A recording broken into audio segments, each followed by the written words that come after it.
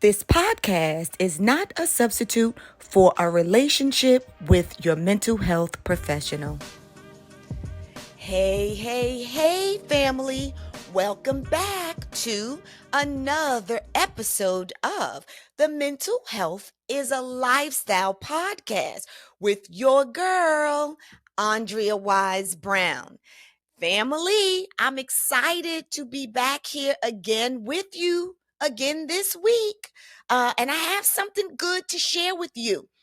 And listen, if you have not joined the family as of yet, please do so. Do it right now. Doesn't cost you a thing. All you have to do is subscribe by clicking that button, subscribe to the podcast, like the podcast, and share the podcast. Oh, and if you feel froggy, okay, then please jump and put a comment down under the podcast on YouTube so that I can know your thoughts. What are your thoughts on this particular episode or any other episode? Or if you have a question, please put it down. Or if maybe what I'm speaking about today resonates with you in some way or another, tell me about it. I really want to know. Put it down in the comments. All right, family. So this week, I am going to ask you a question because we are going to jump right into it. The question is, are you self-sabotaging you from your dreams, from your wants, from the things that you need, from your desires? Are you not living and actualizing your full potential, but instead self-sabotaging? It's a question, family. I want you to ask yourself because sometimes self-sabotage is a conscious thing where you actually know, like, yeah, every time I get a good thing, I know how to mess it up. I know that I self-sabotage myself. People have said that to me before. People who actually come to see me, at my practice, but even outside of that, just, friends, family members, you know what I'm saying, that I kick it with will say to me, I got self-sabotaging down pat. So some people are aware it's in their conscious, but many more people have it in their subconscious. Like they really are not aware that they are that they are sabotaging themselves. They are getting in their own way from moving closer to the goals that they have or to moving closer to actualizing the dreams that they desire. So we get ready to look at ourselves today, family. I want you to ask yourself, do I self-sabotage? And is it in my conscious or is it in my subconscious where I'm not even aware of it? I'm just moving along life, just tripping over my own feet just to hold myself back. And I know that might sound crazy, but it's really not crazy. It's more normal than you can even imagine. So here are some ways that we as human beings, okay, I say what we are is we are spiritual beings having a human existence here on this earth. So we're having a human existence. And in doing so, sometimes we get caught up in some dysfunctional behavior. But today I'm going to give you certain ways that we do self-sabotage. So I'm going to ask you, do you procrastinate a lot?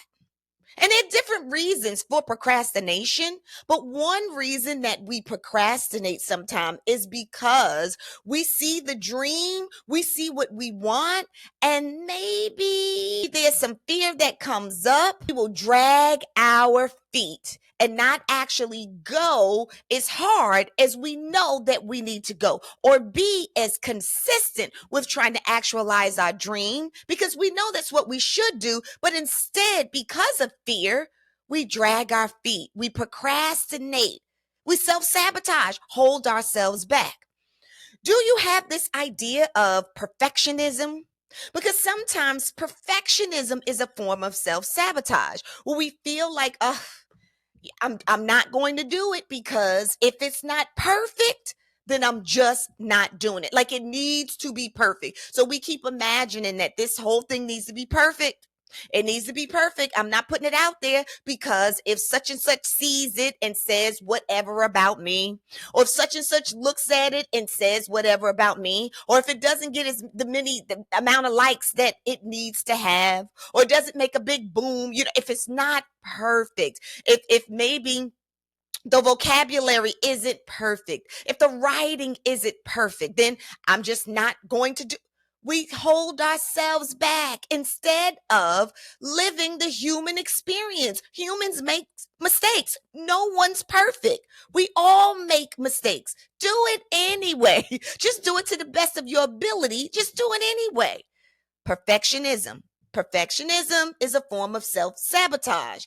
Another one is, oh my gosh, picking fights in good relationships. So do you know people who will pick fights in good relationships? I've seen people before, but I've also had clients before where, let's just say, everything, in this relationship is nice and kind. You got loving people, you got kind people, and both people in the relationships are doing the best that they know how to do. But then there's one person in the relationship, because of the state of their anxiety, they will self-sabotage the relationship by picking fights over silly things. They both came home after work, and one of them will just see, maybe, I don't know, a dish in the sink. And because there's a dish in the sink, but when this one person left out, there was no dishes, they're going to cause some kind of rift or some issue or an argument about the dish in the sink. I mean, like, have you seen that, family? Causing, picking fights in a relationship. Or I will say this: picking fights in a good relationship. Like, if one person wants the place to look one way, you know what I'm saying, like a decoration, or decorated in a certain way, designed in a certain way, but then it's just a little bit off from what the other person is familiar with. Instead of them being open and accepting of the other person's needs and wants too, and engaging in a healthy compromise, instead of that, they pick a fight, because it should be what they believe. It should be the way they want it to be. That's not healthy. But picking fights in a good relationship. In this relationship, there's no infidelity. Everybody's working. The money's fine. The sex is fine. But yet and still, there's a person in this relationship that will pick fights just because. Self-sabotage, getting in front, tripping over your own feet because of some faulty belief that maybe you can't be in a healthy relationship. Maybe, you know what I'm saying, there's some deep-rooted issues or a deep-rooted belief that all of your relationships that you will be in will be horrible, that they'll be unhealthy, that they will eventually hurt you. So instead, what you do is you just picking fights in a good relationship just because. Self-sabotage. Another one is negative self-talk. So always walking around, and in every situation, you talking to yourself negatively. This thing is not going to work. I'm not really going to make this thing work because it's, after a while, me getting up at this time is not going to work for me, or this is really not going to fit in my schedule, or, I can't really see myself doing this for a long time, or, I've never really been good at this, so why would I be good at this now, or nobody's going to like it. Nobody's going to watch it. Nobody's going to listen. Negative self-talk is a form of self-sabotage. So there were some forms of self-sabotage, but family, we getting rid of that. We getting rid of all of that today. But before I tell you how, you may be wondering why. And I kind of mentioned some of the why, but why is it, Andrea? Why is it that I trip over my own feet? Why do I stop myself from actualizing my goals, from rising to my full potential? Well, I'm going to tell you why. Here are some reasons why. The first one is a fear of failure. So a lot of times, people, you, others. We don't go after our dreams because there's a fear that's inside of us that says we're going to fail, and I don't want to fail. So even though there may be a clear plan, I may really want this, but that fear of failure is holding me back. So you just decide you're just not going to do it. And sometimes fear of failure comes from you growing up in a family system where failure was normal, where everyone around you was failing, where everyone in your community, what you saw them as failures. Got me? So since that was your belief, is that people around me fail, I am a part of that people, I am a part of the culture, then it's inevitable I'm probably going to fail too.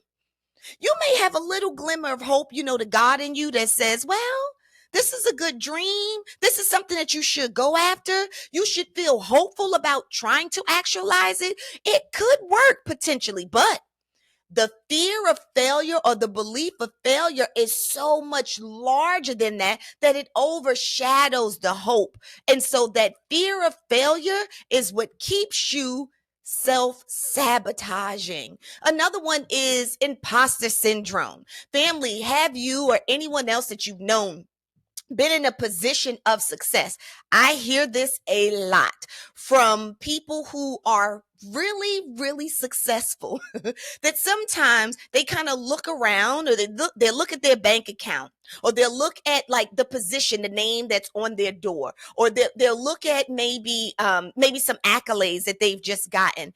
And when they start to think about it, they start to get anxiety because there's this fear that comes up where they're like, oh my gosh, this title or this amount of money is so much bigger than me, and the people around me may see who I am. So they start to concentrate on maybe some of their faults, or maybe some of their story from their humble beginnings. So it's kind of like, oh, I need to put on a face or an air, or I need to be something other than who I really am in order to hold up this title, or to keep getting in this money, or to keep being respected. Imposter syndrome. Like, I'm an imposter here. This is not my real self, and I don't want anybody else to know because they may take it away. I'm here to tell you, family, God created you to be amazing. God created you to be abundant. God created you to be prosperous. So anytime those thoughts come up, which are negative thoughts, please excuse them, because that is not true. Screw imposter syndrome. This is yours. All the things that you desire are waiting for you. They're doing just that, honey. They are waiting for you. You are the only one who's stopping you. Screw what anybody else thinks. Screw it. Because let me tell you something. Once you're in alignment with what God has for you, no one can stop you. I don't care where you've come from. I don't care what people believe about you. It is yours. And you need to stand and you need to claim it. Because what is for you, no one else can take away. So I rebuke imposter syndrome. But imposter syndrome is one of the whys as to why people self-sabotage, why you start tripping over your own feet, why you hold yourself back from being great. Who cares? Your story, I don't care how humbling your story was. I don't care about what kind of mistakes you've made. Does not matter. That's what propels you to where you are. Where you're questioning, is this too big? No, honey. It's not big enough, okay? Because God has something even bigger for you. As long as you live and you breathe, honey, the next day is another opportunity to get bigger. So we are rebuking imposter syndrome. Another thing is the unconscious beliefs. Unconscious beliefs that we are not enough, that you are not enough, that this is too much for you, that this is too big for you. Lies, lies, lies. So if I believe that my dreams are too big for me, I'm going to self-sabotage. I'm going to do little things, whether it's unconscious or conscious, that's going to hold me back. It's going to hold me to the story, to the beliefs, the stories that I'm telling myself. So that's another reason why. Oh, and then some people, this is one, they find comfort in chaos. This is a thing. This is a way to self-sabotage. So do you know people? Because I know people who everything is going well. Every single thing is going well, but they will create a chaotic situation out of a peaceful situation. And everybody that's around them is sitting here looking like, well, everything was just like, what happened? And this follows them everywhere they go. So it's not just this one situation, like it happens over and over and over again in all these different situations, but it's that same person that's causing chaos. It's that same friend or person. I'm thinking of a man that's in my mind, and every place that he goes, I don't care if it's a party, if it's a luncheon, if it's a dinner, if it's to the movies, to the mall, like there's always some kind of fight that ensues, and he's right in the middle of it. And then if you go and you ask him, well, what happened? What? Because it's like, why is it just following you? Well, it's not following you, it's you. Okay. But then when you ask them, they have all these reasons about how this person was disrespectful. This person looked at them this way. This person, rubbed up against the back of them, and they was really trying to disrespect. When you're walking around with that chip on your shoulder because you are so used to chaos that you do not find comfort in peace, which comes from childhood trauma, being in a family system that was always chaotic, and it makes you feel safe. So you repeat that over and over again so that you continue to feel safe. You repeat the chaotic, the dysfunctional behavior over and over again so that it feels comfortable for you, because that is what you know. Because when things are calm and peaceful, it raises your anxiety. You don't know what to do. You don't feel safe. And this is another way that you self-sabotage. So as you are moving along in peace, in alignment, it feels weird. I got to create some chaos so that it distracts me. You're not thinking about everybody else in a situation that you may be holding back too from them actualizing their desires. But no, you're just thinking about yourself. Self-preservation. Let me find some chaos, or at least create some chaos. Do you know those people? Because I know some people who are like that too. And another why, and this is the last why before I actually give you the formula, what we're going to do, the steps. But the other why could be, you need to have a sense of control,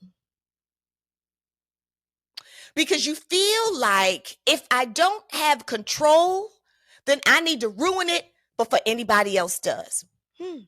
So that could come in the chaos if you're thinking that, oh, if I'm in this chaotic situation or this peaceful situation, and because you're so used to chaos because of your family of origin trauma, because of your childhood trauma, you're so used to it, your anxiety is high and you want to know where it is. But what you decide to do is, instead of me waiting on somebody else to create the chaos, I'm going to go ahead and do it myself so that I can be in control of it. So I know how big it needs to be. So I know when it needs to start and when it needs to stop. And then I know how to get in and I know how to get out. You want to control the situation. So you ruin it before anyone else does. Or let's go back to that relationship. So you're in a relationship that seems to be pretty healthy. It's pretty calm. It's pretty peaceful. There has been, I told you, there's no infidelity. Everybody's paying bills. Everybody's pitching in. You kind of have a good time when you hang out. You're living in peace. But because of maybe some traumatic situations that you've been in prior, or some dysfunctional relationships that you've been in prior, you feel like, you know what? Let me go ahead and ruin this before somebody else does. So before he leaves, let me leave. Before she leaves, let me leave. Before he cheats or before she cheats, let me cheat. You're trying to maintain control. Self-sabotage, family. You pulling yourself down before you can actually actualize your dreams. But we ain't doing that. Nope. Because your girl is here. Because I'm getting ready to challenge you and give you some steps that's going to get you back on the right path. Okay. So we're just going to start off with number one. Hey, family, come on over here because I have something for you. Starting off with a go to guide for keeping your minds healthy and strong.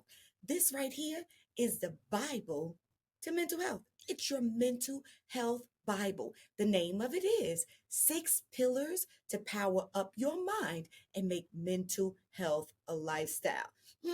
Everything that you need to know about keeping your minds healthy and strong is in this go to guide. Where you get it from? Well, you get it from awisebrown.com/shop. But guess what? You don't have to go any place else to look for your aromatherapy because your girls got you. Okay? You can get some aromatherapy here. This is aromatherapy is in this candle. This is called a slice of happiness. It makes me tingle, like literally makes me tingle. A slice of happiness. This is a cruelty-free candle with no parabens, no formaldehyde, and no known suspected carcinogenics. Now, this one smells delicious and it's good for you. Made with essential oils. It's a soy candle. All right, y'all. And I'm a part of you. You're a part of me. We are a family. We got hoodies now, and these are unisex hoodies, and they wear well, they wash well, and they feel so good. So you can wear them over your clothes, you know what I'm saying, and look dope, or you can wear them as your clothes with nothing under them, which I like to do often. And when you travel everywhere, I mean, every time I wear them, I'm moving around. People are always asking me whether I'm traveling, going to the supermarket. What's that? Who's that? And I'm like, mental health is a lifestyle. Because see, this is on the back. Okay? They come in white and they come in black. I'm like, join the family. Mental health is a lifestyle podcast. So there you go. Family, don't you ever say that I ain't give you nothing. You get all of these things from awisebrown.com/shop. All right? I got your goods. I got you. You don't have to go anyplace else. I'll see you on the other side. I want you to work on rewiring your thoughts. Rewiring your thoughts. So in these certain situations, let's just use the last one where you feel like you don't have control and everything is peaceful and you're hanging out with your friends or you're in this relationship and the fear and the thoughts of what happened to you in the past comes up, whether it's in your family system or in old relationships. Be aware of your thoughts. Because when you get ready to go into action with this chaos, okay, then I want you to ask yourself, what am I thinking? What is the story that I'm telling myself? And if that story right then in that moment is not 100% true for that current situation, it is time for you to rewire those thoughts. Let's reframe them. So you say to yourself, well, no, everything's good here. I have nothing to be afraid of. Let me just relax and accept what is and go with the flow. And even if something kicks up, I am still going to be okay. You got to find a mantra and you have to rewire your thoughts. Number two, I want you to set small goals, small little steps to your goal. When, you're thinking about moving toward your dreams or your desires, and then you get that whole fear of perfectionism, like, oh my gosh, it need to be perfect. And it's overwhelming because it needs to be perfect. And so you procrastinate and you do those things. What I want you to do is set small goals. So even when the fear comes up and you start rewiring your thoughts, You have a bunch of little goals that you're just achieving one by one. I always tell my clients, I ask them, how do you eat an elephant? And then I give them the answer, one bite at a time. Stop worrying about the big picture, about it being perfect, what the outcome is. Get your goal in mind, get your desires in mind, know where you're going, and then come on back to where you are in the present and set little small goals to overcome. Little by little bites. And soon that elephant will be gone. Number 3, going through the process as you're rewiring your thoughts. When those negative thoughts come up, I want you to treat yourself as you would treat your child, or treat yourself as you would treat one of your best friends. You hear what I say? So if you and your child were walking down the street, okay, and your child was just jumping up and down and playing on the sidewalk as children do, and all of a sudden your child was to fall and scrape her or his little leg. And let's just say it was a little girl, your daughter. She was to scrape her little leg on the sidewalk. What would you say? And family, I'm rooting on you because I'm hoping that you have the healthy mindset that if you had a little girl and she was 3 or 4 years old and she fell and she scraped her knee doing what children do, you would comfort her. You would say to her, my love, oh my gosh, I am so sorry that that happened to you. I could understand why you were jumping around and you were playing, and I get it. But baby, next time, I want you to be a little more careful. So let's take care. Let's address your wound, baby. How are you feeling? Okay. And you address the wound, and then you tell her, okay, so now let's get back up and let's start walking again. And you can even jump around and play again, but let's learn from the mistake that you made the last time. You'd give her unconditional love and you'd support her. That's what I want you to do for you.